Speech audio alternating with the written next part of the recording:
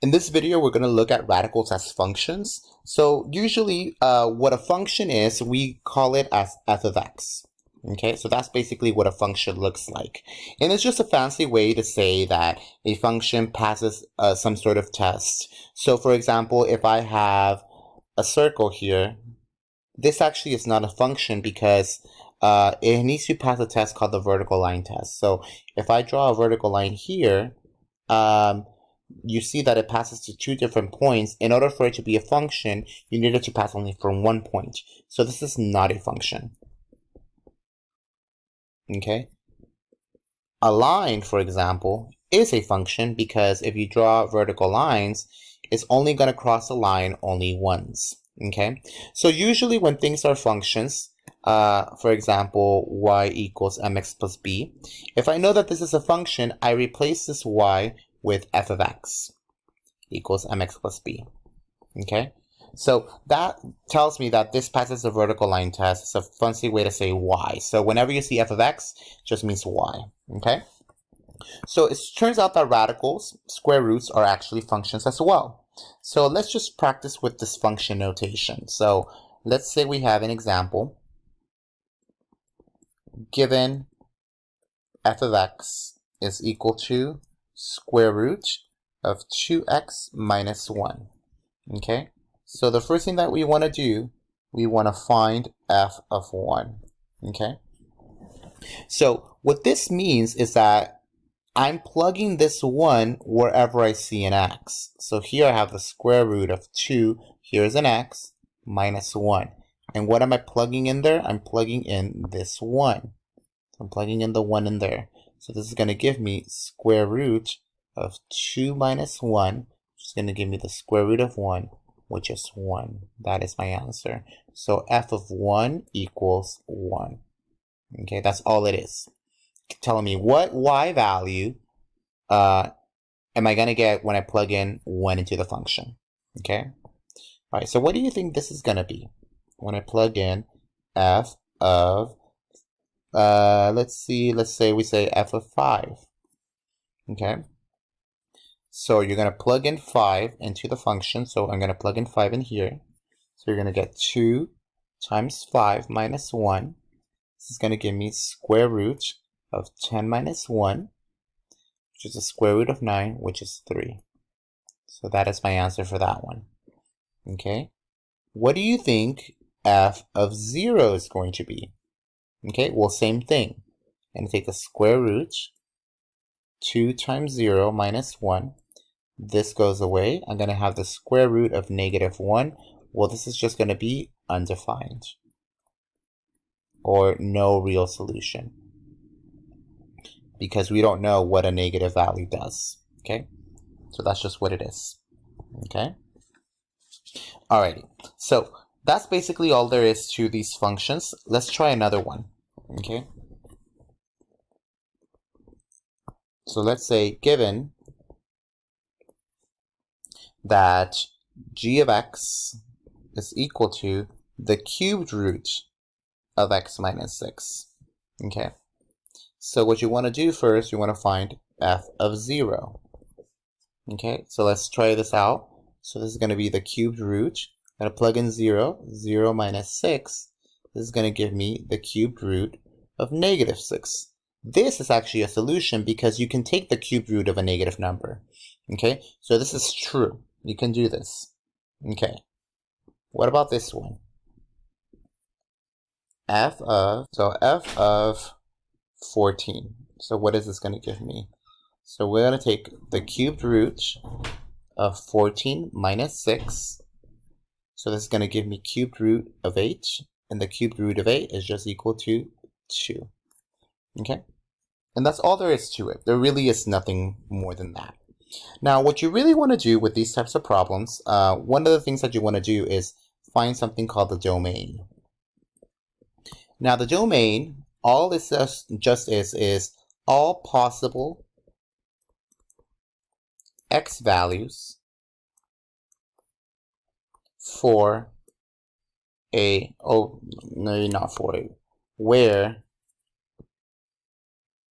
the function is defined. Okay, so here the domain is just all possible x values where the function is defined.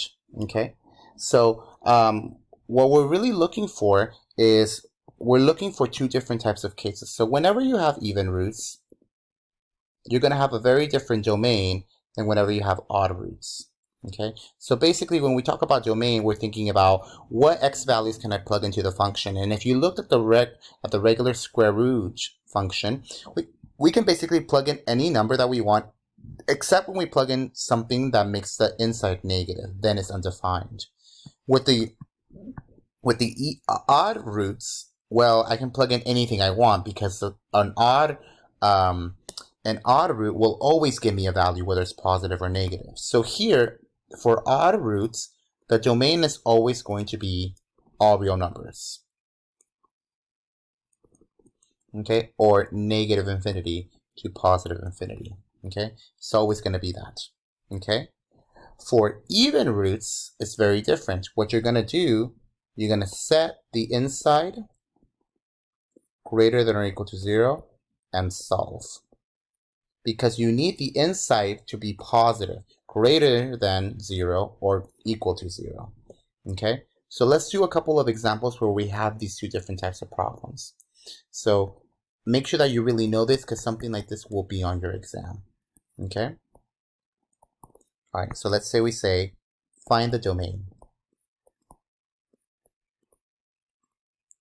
Okay, so here's my first part. So let's say we have f of x is equal to the 7th root of 2x squared minus 1. So what would be the domain in this case?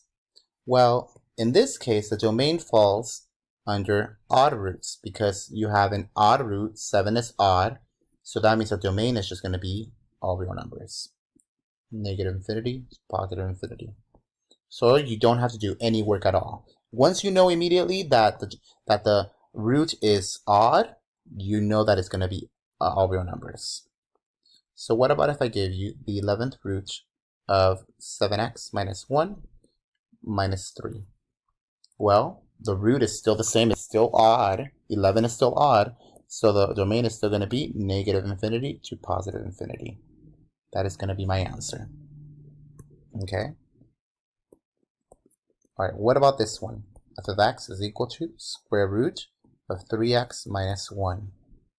Okay, so what are we going to do with this? Now, this is a square root, is an even root, so now we're going to set the inside greater than or equal to 0. So we're going to take 3x minus 1, set that greater than or equal to 0. Okay, I'm going to add 1 to both sides, because we know how to solve these inequalities. This goes away. I'm left with 3x greater than or equal to 1. Divide by 3 to both sides. X is going to be greater than or equal to 1/3.